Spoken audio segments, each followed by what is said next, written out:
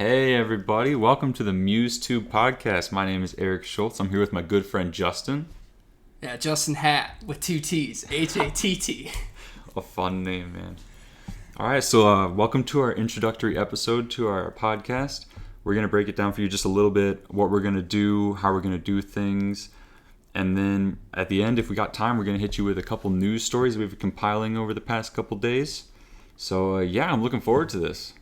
Yeah, I'm really excited about this too because I think there's so many different podcasts that are, really well known on a global scale, but I've never, at least in our local area, in the Lansing area, we don't really have too many people that are, expanding their creative arts and trying to do local content and global content here in the mid-Michigan area. So I'm really, really excited about that.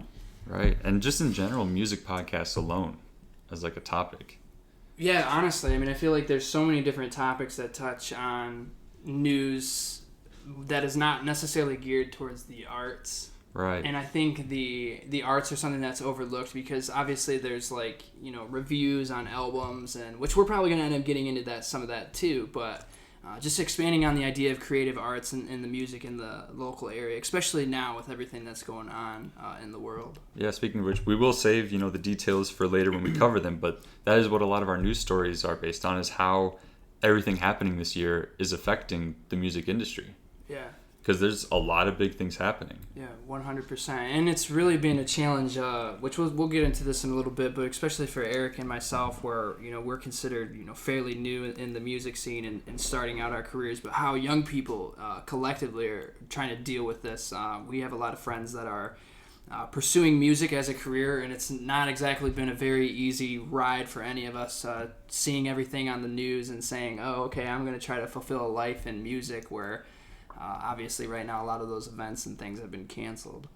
Yeah, it can be very discouraging, unfortunately. Well, so let's start getting into it. Should we start by explaining sort of our story, how we got to know each other, what we're sort of, how our lives are? So, you want to kick it off? Or? Yeah, sure. So, basically, Erik and I, our introduction to each other was very interesting. So, I was actually playing a gig at a local coffee shop in the area here in the mid-Michigan area called Chapelier's. Chapelure. Or Chapelure, if you want to be fancy with it, right? And, don't pronounce it like me, a white male that, uncultured. And so, anyway, I was playing this gig, and it was before the pandemic really rose to prevalence here in the States. I think it was actually in... sometime in the winter, because I remember you were doing some Christmas tunes and stuff. Yeah, I was doing some Christmas tunes. I think it was probably early December, I think. That sounds about right. And this gig, it was fun. It was the first time that I had ever played there. And I didn't really have much of an audience there. It was pretty low-key. I don't want to say necessarily lame, but... Erik was working behind the counter. He was making some good gourmet coffee and teas, and played this gig, and that's how we kind of met. And then, ironically, fall time came, or spring semester came around, and I registered for a rock band ensemble class at our local college here in the area. And we were introducing ourselves, and Erik looked at me and was like, "Yo, coffee kid, Chapelier's kid." And ironically, we were in the same rock band class, so then we got to know each other in a more personal sense, and we kind of hit it off, and here we are today with the podcast. Yeah, and we're also doing some music projects on the side too with each other, trying to do some creating with some other kids in the class. So yeah, it's been a really interesting experience, especially with now that we're on lockdown, and then some of the restrictions were kind of lifted a little bit. We've kind of got the opportunity to play with each other a little bit more and kind of discuss our musical endeavors with one another, with a couple of the other kids in the class as well. So yeah, it's been fun.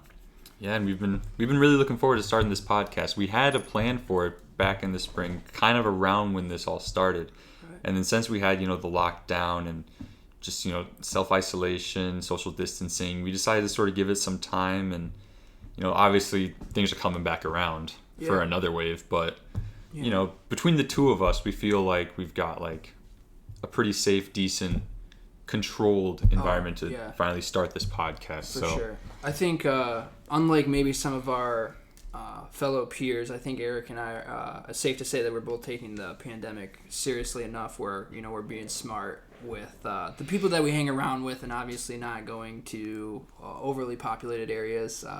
Harper's, East Lansing, Michigan. Oh man. And just being safe in that regard, so that we can continue to do what we love in a safe manner, and really just expand our minds with music and the arts. Yeah. All right. So speaking of our podcast that we just started, let's start explaining sort of how we're going to be doing this moving forward. All right. Yeah, definitely. So we're really kind of gearing towards the idea of talking and touching base on a lot of musical topics, whether that is on a local scale, a statewide scale, and a global scale for that fact. So we have quite a few different topics that we're going to touch base on today, all ranging from those areas. Yeah.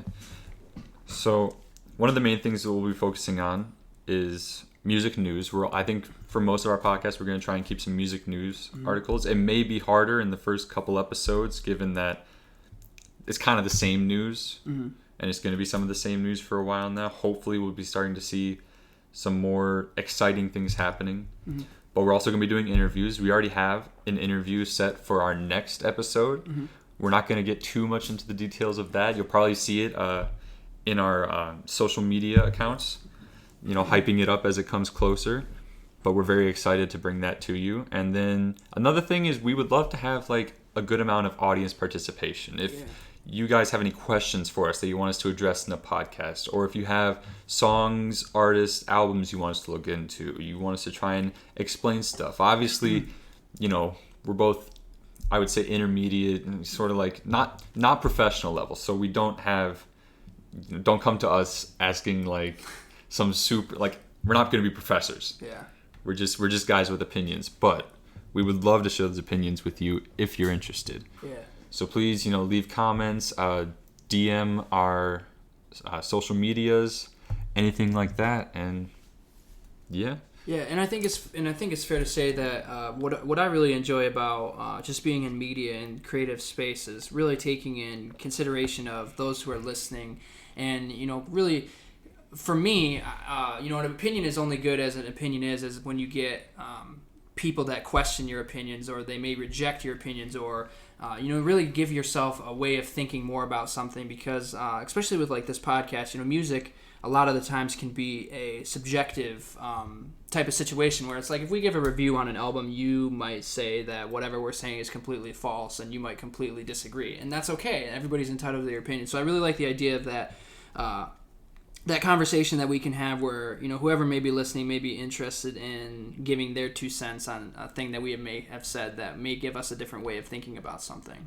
And this is definitely a learning medium for us as well, with especially the interviews we're going to be getting ourselves. We would love to be learning from our people we're interviewing. We would love to be learning from you guys. Like I said, if you've got like albums for us to listen to, like we are always welcome, and especially to all genres of music. Yes. We are not very close-minded with what we listen to. So if you think that we sound like indie guys, which I would say we kind of are more in the indie alternative scene, but if you say you've got like a rap album, we'll totally listen to a rap album or even a jazz album, anything like that. Yeah, definitely. I think a good rule of thumb or a good thing to understand is your mind and its capacity to accept new things is so great.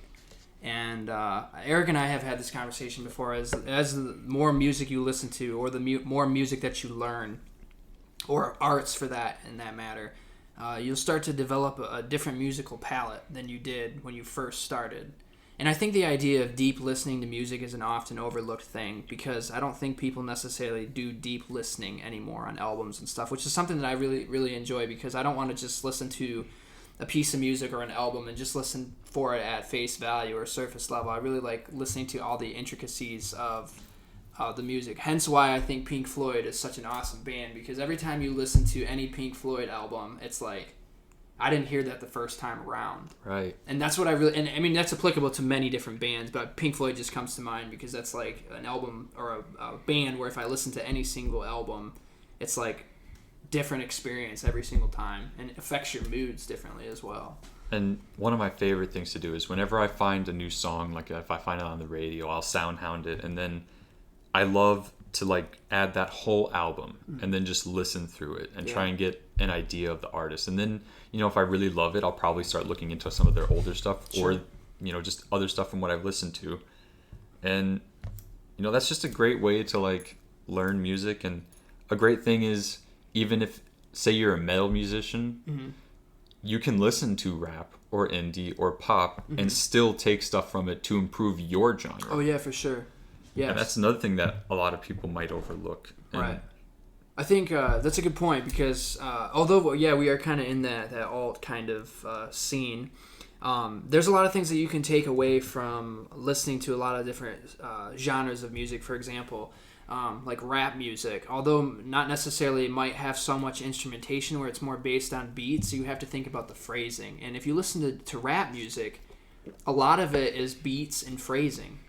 Similarly with jazz music, if you listen to the horn players or the sax players, it's all about phrasing, and you can apply that, and it's applicable to crossing genres and saying, oh, okay, that musical phrase right there I got from rap or jazz or whatever, or R&B and soul, and it's this combination of just all music. And that's one thing that I try to strive for, not just putting myself in one camp and saying, okay, I'm strictly country, I'm strictly classical, I'm strictly jazz, because then you're kind of doing yourself a disservice, because then you're only focused on that one genre, and you want to have a combination of all these different blends of musical styles. There's a couple YouTubers I know. There's this one in particular. His name is Matthew Runaway. He's like, I think, a Canadian country artist.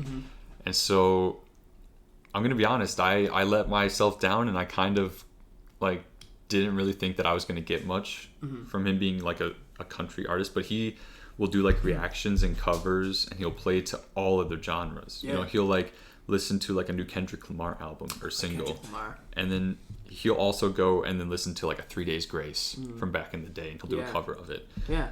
And so I think like you can look at people and think that you understand their musical, like tastes, right? But like never assume with musicians, right? And I think what you kind of said there too brings a really good point of, you're, again, like I mentioned earlier, is like if you're only stuck in one specific niche of music, you're kind of really doing yourself a disservice, because there is so much great music out there. And I can't exactly remember who the person said it was, but they have this quote, and if you know this quote, then maybe you know the person that's tied along is saying this, but they said there's only two types of music, and that's whether music is good or bad. And I cannot remember who said that, but if you know, hit it in the comments for us. Yeah, and I definitely agree with that sentiment. I think there's definitely good music, and there's definitely just bad music, and I don't think that we should tie it necessarily associated with a specific genre. Like if it's jazz, but if it's good, then that's awesome. If it's rap and it's good, then that's great. If it's, I don't know, dubstep and it's bad, then it's bad. But at the same time, like if it's bad, don't think that you can't like it. Yeah, that's fair. There's so many artists that I would not consider to be geniuses. Yeah. Or like particularly even good players, but I love their music. And right. But I mean, and then the same flip of the coin, there's like some artists that I just like cannot stand, which is like Bob Dylan. I can't. No problem. Ooh, no. Dude, you might catch some flame in the comments for that. You know what? That's fine. The war has been over. Man, we're in a new war. A war era of the Rona, not necessarily Nam. But I don't know. I definitely can appreciate Dylan for who he is, but there's just different artists that I resonate with more than others, and Bob is just not one of those. Well, I usually get into big arguments, especially with one of our friends, Jake. Yeah. Because I don't want to discredit his abilities and his contributions to music, but I've just had so many teachers and so many other drummers try and argue with me about John Bonham. Yeah. And I've tried. Yeah. I've tried going into videos explaining him like with an open mind. Yeah. It's just not for me, man. It's just not. Yeah. It's just not mine. And it's interesting though, because as a musician, you take all of these collective individuals and all their influences, and it's amazing to say, oh yeah, I do like that, or I don't like that. And that's why I like jazz music so much, because jazz music is that type of thing where it's so based on improvisation. You take a standard like Autumn Leaves or take the A Train, and you listen to 5 different artists cover it, and every single one will be different. Yeah, the melody is still there, and it's you can understand what piece it is, but everybody has their own interpretation about it, and that's why it's nice to see what people's different styles are and their combinations of influences. Yeah, I love it when artists will cover other songs. Like I think Paramore has they've got like a My Hero cover by the Foo Fighters that is I love. Yeah. And Disturbed is another band that they do classic. Right. But they also do great covers. They do like old 80s songs like you know that song Shout by Tears for Fears. Yes. Yeah. Love that song, but I'm going to be honest, for like the first couple years that I listened to it, it was only the Disturbed version. I didn't know that it was a cover until I heard it on the radio and I was like, wait a minute. Yeah. This is the lyrics and melody from that Disturbed song. And then I looked into it and I was like, wow. Yeah. Okay. Yeah, and it's interesting because like I'm a huge Beatles fan too, and it's like if you listen to some of the Beatles' first like LPs and stuff, like the majority of those were like covers. And then if you like listen, if you take a cover band or a cover song and you listen to the band that covered it, because it's the first time that you've heard that song, you genuinely like that version of it. And then when you listen to the original, you're like, yeah, I like the cover version better. And not in all instances, but in some cases, like with the Beatles, like Please Mr. Postman is like a really, really well-known song that's been covered by a lot of different artists, and I typically like the Beatles version the most, even though it's not their original song. Yeah, just great stuff. All right, we're a little bit deep into our first episode. We're going to try and not make it too long for you so that you can keep an attention span. So I think now let's transition into some news articles maybe? Yeah, sure. All right. So first up here, we've got the AMAs, the American Music Awards, are still going to be broadcasting live this fall. It does not say in here, at least not in my notes, whether it is going to be like a live audience or if it is going to be, socially distanced audience or just, online audience. I'm assuming just based on how other, basically a lot of different TV programs or TV shows that are live casted events that bring in a lot of live audiences like America's Got Talent, American Idol, So You Think You Can Dance, those types of things that have live audiences. I think right now they actually are not having any live audiences, and it's just the judges in these shows. So I would imagine that they would follow suit in that regard. Now, I could be wrong. It would be cool to see people in the stands, but I could also see that being another public health crisis. So. Well, it's like with sports, like I'm a huge soccer fan, so I've been watching like the matches, and there's no audience there. Which is weird. But at the same time, you don't really notice it. Yeah, that's fair. Like sometimes when they do their celebrations and you're trying to see the audience's reaction, but then you're like, it doesn't really subtract from it. Yeah. And so, sometimes they're playing like the audience sounds over the top of the game. So like pre-recorded audience. Yeah, and it's like weird. It's not for the players to hear because I think that would be a little too distracting. Yeah, but sure. like when you're watching it, if you're not looking at the stands, you will not notice. Huh. It is kind of weird though, because like in those types of sports events, though, you have like those B-roll shots where you'll see like somebody like in the stand that retrieves a foul ball or something, right? And you're like, oh, there's no one there to do that. Like I know, like when you watch like baseball games, for example, like they'll usually show like a kid like catch a foul ball. Or that's part of the experience. Yeah, honestly, it really is. Or those like little things where they have like the seventh inning stretch where people are like dancing and stuff, and sometimes they'll do a cut scene where someone's like dancing like really obnoxiously. It really does culminate the entire experience. I agree. So that is interesting. Yeah. A bunch of shirtless friends with letters painted on their chests and stuff. Yeah, exactly right.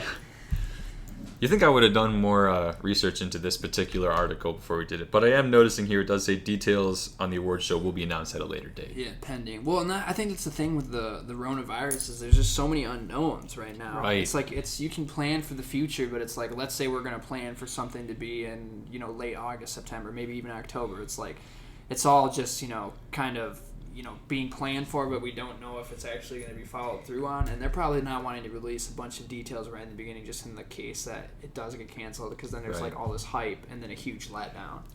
Well, like I was talking to you before the episode, like I was supposed to go to Mopop. Oh, yeah. And like that got canceled. And I don't know if they're going to be putting it to a later date. Man, I don't know, because I just feel like Mopop is like one of those types of festivals that draws a really, really younger generation of kids, and I just... It's like a constantly changing. Yeah, and I just don't feel like you're going to be able to police the social distancing, let alone let people... I mean, are you going to tell a 20-year-old kid to wear a mask and stay away from, all the succubus? You're gonna... Oh, my God. Oh, yeah, but you're going to see that kid put on his mask, and then as soon as he's out of, like, earshot or eyesight, he's taking it off. Yeah, exactly. I mean, that's going to be that's also going to be the issue with universities opening up this fall. You're not going to be able to police people to wear their mask. I mean, let's face it, kids are rebellious in that regard. They don't like being told what to do. I mean, maybe the younger generation will respect the fact that they're trying to be safe, but with all these COVID parties and stuff we're hearing in the news, I don't know. Well, going into our next article then, we've got the British Prime Minister Boris Johnson signaling a return for some, in quotation marks, socially distanced live music events in August. Yeah. I think this is in the right forward, or the right steps forward. I think excuse me. I think creative beings as humans are, we need to have creative arts and creative expansion in our minds. And it's been hard because so many gigs have been canceled. So I think it's live music is just a part of our culture. Live arts is a part of our culture. And I think it's really cool that they're putting steps in the right forward to do this. I think obviously things need to be done in a safe manner, whether that's limiting capacity. But it's nice to know that these options are returning, and some regulations are starting to be lifted a little bit for people over in the UK. So UK listeners, shout out to you. And going back into that, it is part of their phase 4 of like trying to deal with this. Mm-hmm.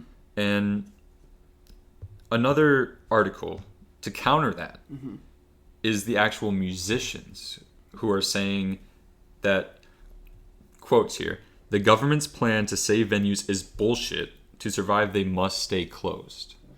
And the reason that they are like taking their like opinion in such an aggressive way is, and they do make a good point with it, is that Boris Johnson, other members of the government who are making these decisions, probably have not gone to that many modern, or at least sort of the youth scene of music, where you're getting like mosh pits, you're getting people very close to each other, you're getting people maybe sharing drinks, getting each other drinks. Sure, yeah.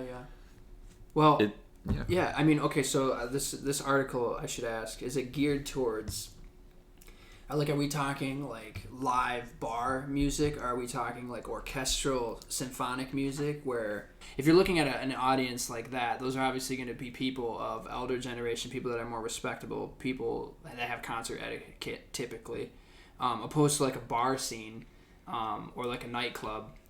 Those are two different audiences, where if it's a younger generation or a more, I don't want to say classy, but classier in the lack of a better word.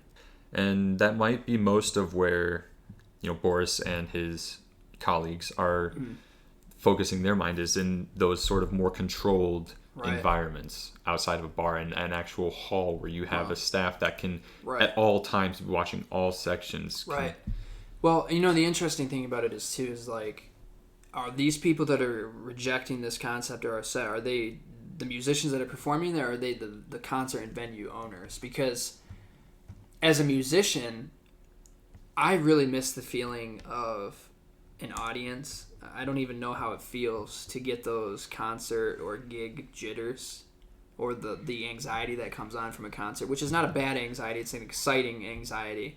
I don't even know how that feels like anymore, because I haven't had a gig since like December, or maybe like I think early January is when pretty much all gigs were really starting to, like, even before the executive order came down, there was individualized venue owners that were basically like, no, we're not doing this anymore, because they knew that shit was about to hit the fan. It's very hard. It's very hard to try and choose what the right best step is. I'm excited, cautiously excited, to try and see venues start opening up again. I'm just worried that people will not take it seriously. No, yeah, I agree. I mean, there's a couple different.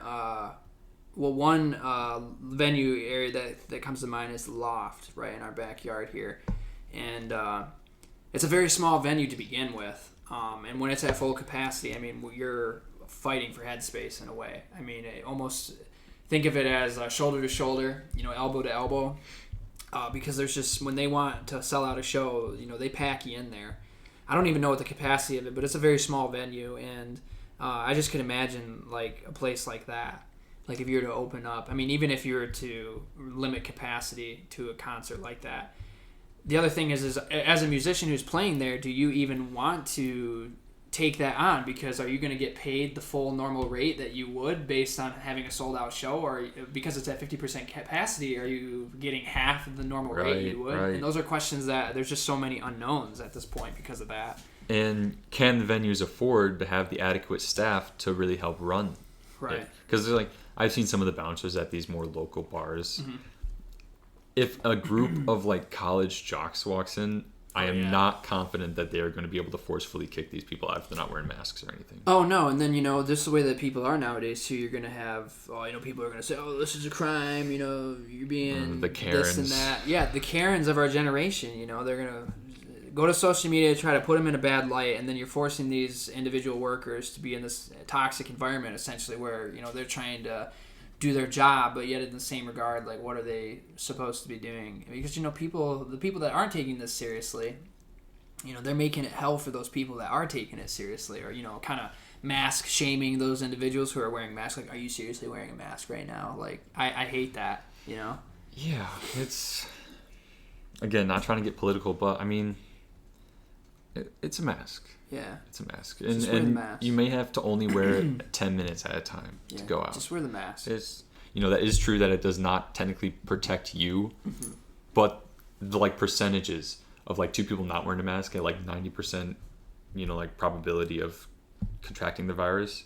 Right. If both of them wear a mask, that goes down to, like, 3%. So I gave this analogy to a friend the other day because they were kind of like an anti-masker, and I don't want to stay too long on this subject, but imagine if you were going to a dentist appointment, just a routine cleaning. Okay. And your hygienist and your dentist were in your mouth cleaning your teeth without a mask and without gloves on, just putting their bare hands in your mouth with no mask. Would you feel comfortable with that? I know it's a little bit of a different situation, but think about that in terms of the mask. You would be so upset if a doctor or any physician was not wearing the proper equipment while they're examining you, etc., or, whatever. And it's the same principle. It's like when you're out and about, you should wear a mask because you're protecting not only yourself, but you're protecting those who are vulnerable. So just think about it in terms of that. People be outraged if they weren't wearing masks, but yet for whatever reason, with a health pandemic, it's not a big deal. Interesting you bring that analogy up because earlier today I did have a dentist appointment. Oh, yeah. I had a dental cleaning. And they had a mask on? They had masks, and then above that they had, like, you ever seen, like, those kind of, like, riot shield, like, plastic, like, face coverings? They're not wearing, like, riot gear and a helmet, but it's, like, just a little, like... shield type thing. Just a little, like, plastic, like, face shield that they're wearing over it. And that's ironic. I forgot that you had a dentist. Yeah. All right. Well... Going off of that, then, we're talking about, like, in-person concerts. We also have a much more recent, like, this came out today, article talking about drive-in concerts. Fans, artists, and promoters make the best of a live music apocalypse. And it's, I don't know, how do you feel about, like, a drive-in concert? Like, like a movie theater, but instead you've got the concert there. I like that. I think it's a super kind of hippie idea, in a way. It almost kind of brings back the idea of like a Woodstock festival or something. And you would think that it's not something that can be only limited to certain areas of the world. Like, this is something that you could apply to most areas, even in like rural areas. People can just roll up to a field and you can just have a stage there with some electronics set up. And then in a city, you could have like a big open parking space or something. I think that's a really good idea because that music, obviously, when you have a big name artist, they're gonna sell tickets. And because we can't go to entertainment centers like I don't even think you can't even do like movie theaters right now, or like ice rinks, or like zap zones, or any like laser tag type things. Pinball pizzas down. Yeah, close. Exactly, like the arcades and stuff. Because there's just not a proper way of cleaning all of the equipment and socially distancing people. But I think this is a fantastic idea. I think you can keep it safe. I think it can be very safe. Just socially distance each of the vehicles, and you could, any big parking lot, any big park, you could theoretically do it at, and I think it would definitely sell tickets. And in the nature of it, it almost does force people to socially distance. Yeah, really. If you just say just like a drive-in movie theater, typically you just stick to your car. Yeah, and typically you are like, you're not going to park so close to someone. Like, you almost have to be 6 feet apart. Right. Like, it's. Yeah, I think it's a great idea. I would love to see that. Yeah, I'm excited to see where that goes. Yeah, if that was some festivals in our area, that would be super, super cool. Just fucking wish Mopop had done that. Oh, well, just think about it. Like, we have we have a bunch of festivals coming up besides Mopop. Like, just in the Lansing area, we have the Jazz Fest, the Blues Fest, the Festival of the Moon and Sun. Those are like 3 big festivals that all happen between the summer and the fall months, those are all canceled because, usually they're outside. There's lots of different like vendors and stuff that are going on. Sometimes there's different stages all at the same time. There might be like 2 or 3 stages where different bands are playing. And to see that maybe into effect where you could do it with your vehicle, you could drive in, that would be really, really cool. I mean, you'd have to have a really, really big coordinator to take that on, to try to get that on and get the space approved for it, maybe the ticket sales and stuff. But that would be something that would be super, super cool. Super, super cool. And so something that we do want to not leave up to interpretation is that both of us are very forward thinking and we are very much aligned with the Black Lives Matter movement and all associated. We are not closed-minded. We love all kinds of people. Right. We want to see this change, that we can finally break out of this systemic problem. Right. For generations. For generations, dude. Yeah. Since our country's founding, people don't give credit to people when credit is due, and I'm so tired of judging people based on a skin color or a race instead of judging people on the character in which they present themselves in. Because stereotypes are not natural. Right. Stereotypes are created by the systemic problems that we have created. Right. And we should both know, too, that we are, and again, not to define ourselves as what we are, but we are both white, privileged males. And as that, I can recognize that, certain things have been easier for me opposed to other races. And I think that's the first step in acknowledging that there's a problem, is recognizing the fact that, we have things easier in certain regards, whether that's, access to education or housing or, just things of that nature, and recognizing that and wanting to make a change so that all people, no matter what your race, ethnicity is, orientation, or sex is, that we all are entitled to an equal opportunity in all regards of life. Right, in sexual orientation, everything. No person should feel at a disadvantage, alone, or targeted because of any part of their personality. I agree. What they look like, who they love, what they love. Yeah. I just care about you as being a good person. I will judge you on whether you're a good or a bad person, not based on those things. I don't care what you are. If you're nice to me and you treat me with respect, I'm going to treat you with respect because you're a good person and you deserve to be treated with respect. And you deserve all the equal opportunities that every counterpart does in human life. We're all humans at the end of the day. We're all humans. Yes, very well said. And so now in closing, make note of some of the names, because we do need to know the names. We need to get justice for the names. So I encourage everyone to go out, look for petitions, donate if you can, spread awareness, spread posts. It's not enough just to do a post. You have to show the genuine want to see the change as well. Right. And so with that said, some of the names. Of course, George Floyd. Correct, yeah. Brianna Taylor. Big one right now, too. A big thing that came out recently, and it broke my heart, dude, is that it is reported that she was alive for 5 minutes after the shootings. Suffering. With no one trying to give her any sort of help. Yeah. It's terrible. It's absolutely terrible. And the thing about it is it's just like we need to keep our sight on the real issue here and not let the silence, it's just like whenever you hear a really tragic story, it's like, okay, it's in the news for a week, and then it kind of just dwindles off, and nobody kind of remembers about it. And this goes way beyond just modern times. Think about, like, in the civil rights era, like Emmett Till. Right. And that's just like, and not necessarily in our lifetime, but like in our grandparents' lifetime, it's just like, that's only like 60 so years ago. That's really not that long. We're not talking like centuries of time. Right. And it's just been such a problematic issue. It's just like we need to stop the silence of these things. We don't want to just say, okay, this is in the limelight for a week. We want it to continue to be addressed until finally something is done about it. Exactly. Another name?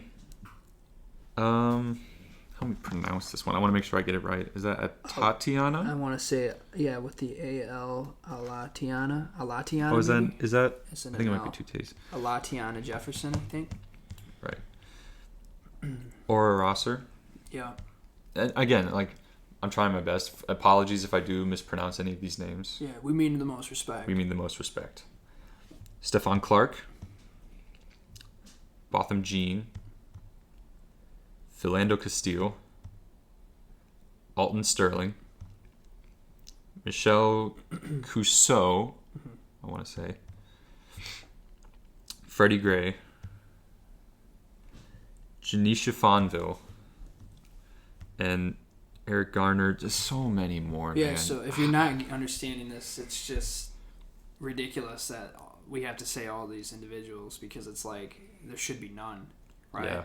I mean, these people they're not criminals. They're not technically doing anything illegal. I mean, in the eyes of the justice system, they're going to claim some bullshit on that. Yeah. But these are people who are just living their lives, trying to do the right thing, trying to move forward with their life, trying to provide for themselves and their families. And yet they're always they're not receiving the upper hand. It's always the privileged individuals that have the upper hand, that they always find some type of bullshit to call people out and say, oh, well, they did this and they did that. It's all bullshit. Like, the killing of any type of innocent life is obviously a crime. So why is it any different in any of these situations? It shouldn't be. To anyone who disagrees I'm with anything that we're saying, or just with the movement in general, I'm not trying to say that you're a bad person, because maybe you are just ignorant. Maybe you're just not aware of everything that's going on. Like, I'm going to be honest. I'm going to be very truthful here. I did not really acknowledge all of my privileges and all of my advantages until this past couple months, when I really had so much information dropped on me, and I took a second to look around and go, whoa, right, this is terrible. Right. So do the same. Look around your life, see the privileges, see what you can try and change, see what you can try and combat those privileges when you can, when you see them. Right. And especially in your local community as well, because I mean, we're based in the capital area of Michigan, so in Lansing, and just in our own backyard. I mean, I would consider our state to be pretty diverse. I would say that we have a pretty diverse community, and at least in our local area, there's lots of different subcultures in our area, and I would like to think that most people have equal opportunity, but I think that's kind of been proven incorrect in the past couple weeks, just because the stereotypes, the lack of acknowledgement of the culture, and just kind of rejecting all people. You know, we have these ideas where, you know, all people are good until proven guilty in our justice system. But why is it that, you know, we look at a lesser culture in the eyes of society? And when I say lesser culture, I don't mean, I'm not saying that any culture is lesser. Maybe less prominent. Yes, exactly. There's a good way to phrase it. But why do we look at those cultures as lazy, not worth anything, or just lesser value than that too of white culture? Why is that? Like, again, it just goes back to this how idea of, like, we should be judging people on who they are as an individual and what they bring to the table. I mean, I'll be blatant, I'll say it straight out. I have met so many more people of color that are so nice, so just such great people, and then I have just the greatest people. Yeah, and then I have met my counterparts that are shitty white people, and they're just like asshole people, and it's like that speaks words. Like, you know, there are obviously bad and good people in every single race. I'm not denying that, but as many people say that there's all these bad people in these, you know, sub not dominant races, there are just equally as many, if not more, bad people in the more dominant races. And that's going back to the thing. It's not a race thing. People aren't programmed based off of how they look. Oh, no. Yeah, exactly. It's situational. Situational. It's all based on what you're taught. And I think it goes down to how you're raised and what you think is right and wrong. And, you know, we inherently know that classifying people as a lesser people based on who they are as a person is a wrong thing. I mean, I don't want to spend too much time on this because it's supposed to be music based, but I mean, it's important to know that, you know, this is what I find so ironic about it too, is like, you know, you'll have like these racist people, and, you know, they'll say, you know, I don't like these types of people, but it's like, do you not realize like all the culture that these people bring? Like, think about, like, people, like, there'll be a white person that say, well, I don't like black people because black people are ignorant and all this, and it's like, but I like jazz music. Oh, it's like, my do you not God, that kind of argument. Just in general, when you hear about all the, like, accomplishments, like yeah, or the cross infusions of culture. Yeah. That different races bring. It's like you can't say that you don't like a certain culture, but yet you like an ethnic food or an ethnic part of culture. Like I can't say, oh, I don't like Indian people, but yet I love Indian food. Oh. You know what I mean? It's like, how more ignorant can you be? It's like, okay, so you don't like them as a people, but you like their food. Well, you do like them as a people because that's their culture. You know? Yeah, where would that food that you love be if they did not bring it to you? And it's like, you know, as a white person, I don't feel like I have much culture because my culture is defined on other cultures. You know? Yeah. You know, I mean, even I love classical guitar. That's my primary pursuit. And most of the composers that I play are of Spanish origin. Spanish composers from Latin America and Spain. I can't say that I love classical music, but I hate Spanish people because that's just ignorant. Because I love their music and I love their culture. In fact, I want to keep studying their music because I love it so much and I enjoy it. Yeah. And they do so well at how they play the Spanish guitar. You know, you can't have music and art without a culture blend. You know, if you were to say like what is white people music, I don't think there is not a specific type of music that's not influenced by another culture. Yeah. Cultural diffusion for all arts and music. You can trace everything back and you can say that's jazz that came from African culture. That's blues that came from African culture. That's Latin culture that came from bossa nova, came from, you know, Brazil and Latin culture. Yeah. You know, everything that we like in our society is culturally diffused. So I never understood that argument about like, well, these people are terrible because they're ignorant or they're this and that. It's like, yeah, but you like their culture. You know, we're so infused with all kinds of cultures. Just think about the clothing that we wear. Oh, yeah. Everything is influenced by another culture. And it's interesting because you just look at your life and everything that you have, whether it's a material possession, a food that you like, a music style that you like, even a movie or a TV show that you like, it's all not coming from one place. Yeah. 100%. I mean, think about when we first came to the States, we were still heavily influenced on the European culture. Right. I mean, think about it. The religion that we practice, European culture. The foods that we ate, European culture. Like, you can say, well, I'm going to start my own culture, but you're going to be influenced by other avenues of people. You can't let your opinions become stagnant. Yeah. You got to have an open mind. And I think, you know, that's one of the most important things about becoming a well-educated person is not necessarily having advanced degrees and going to school, but having an open mind. Because you learn so much more from experience than you learn from any textbook. That's just my opinion. But I think the more experiences that you have, the more people that you talk to, the more that you learn about yourself and the individuals around you. There's only so much a textbook can teach you. And think about textbooks. What do textbooks teach? Experiences, for the most part. You know, I mean, think about any history textbook. What is it all based on? An experience, right? Somebody wrote this, there was an experience that happened, whether that's a narrative or just a general understanding of a history timeline. It's everything that's documented in any type of textbook is based on an experience. I can't say that for math so much, but I mean, even like in certain regards of math, like, you know, you have these philosophers, they're like, okay, I'm going to try to figure this out. We replicate their experiences and their first takes at, you know, taking a formula or whatever. And then we learn that, and it's all experiences. So every single part of your life is experienced by some culture or another. I mean, math, like we were just talking, science, Greek philosophers, all influenced by Greek philosophers, and intelligent people. They got great food, too. Yeah. I'd love to go to Greece sometime, man. Oh, dude, for real. Yeah, I definitely, oh, man, I think there's so much. I know I always talk about this to my family. It's like, well, how do you define American culture? If you were to define it, it's so difficult to do so. It's the melting pot. Yeah, it's a culmination of everything. But if you trace these roots back to these places where, you know, immigrants came from when they immigrated to our country, it's really interesting to trace those back and say, okay, yeah, that's Greek culture. And I just think that these countries are so, I don't want to say privileged, but I think they're so blessed in the sense that they have a defined culture. Because as an American, I don't necessarily say. I mean, I can't say what American culture is, because you say, okay, you go to Italy. There's obviously a defined culture there. Super, super cool. French, French culture. It's hard to say that for the States. The true American culture is the combination of culture. Yeah. But it's really hard to put a specific definition on it. And that's what I'm saying. Like, you can't.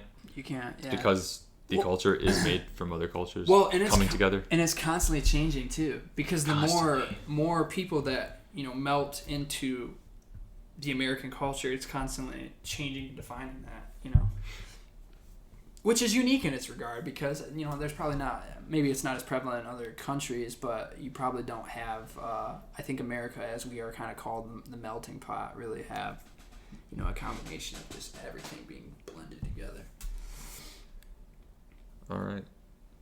I think that's a good ending point for this episode. We did run a lot longer than we had planned to, but I'm also not going to apologize for that because I think we discussed some important things. Yeah. It's something that needs to be said. Yeah, for sure. And I hope you guys, again, I just want to clarify that, our aim is to never offend. It's never to promote anger or, we're not trying to, promote bigotry in any regard. We're just simply stating our viewpoints on what we believe to be true and trying to separate, bullcrap from fact. And, we're just two young guys that really enjoy making music. We love music, and that's what we do. We love creative space and creative arts, and this is just kind of our avenue of, showcasing some of those things to other like-minded individuals. And, again, we want the audience to become part of this. We want this to be an experience for everyone. All new listeners have a place that they can come and contribute. Yeah, exactly. And definitely, if there's things that you have viewpoints on or you disagree with or you want us to touch base on, definitely always feel free to, directly message us about that or, leave comments about that because we love the interaction between, those who are listening and our own viewpoints because then it gives us a way to connect with those who are listening and, build a deeper relationship with those who are supporting what we're doing here. All right. If you've listened this far, thank you. Yeah, definitely. We definitely talked a lot, but you know what? There's definitely a reason to that. We have some thought-provoking things that we discussed. All right. Well, thank you again for joining us. This is the MuseTube podcast. I am Erik Schultz. And I am Justin Hatt. And we will see you in the next one. Bye-bye.